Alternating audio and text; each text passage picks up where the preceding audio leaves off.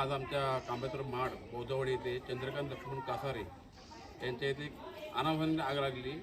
किती कारण स्पष्ट झालेलं नाही, पण आग लागली. मोठी त्याची नुकसान झालेली आहे आणि कुटुंब एकदम गरीब घराण्याचं कुटुंब आहे. त्याचे इतकी नुकसान झाले ते भरून निघणारी नाही आहे.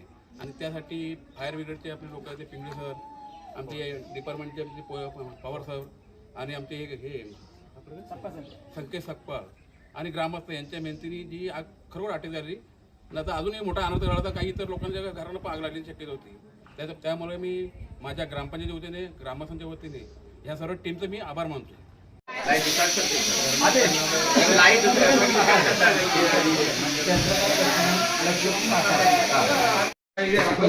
ह्या कोपऱ्यामध्ये आलं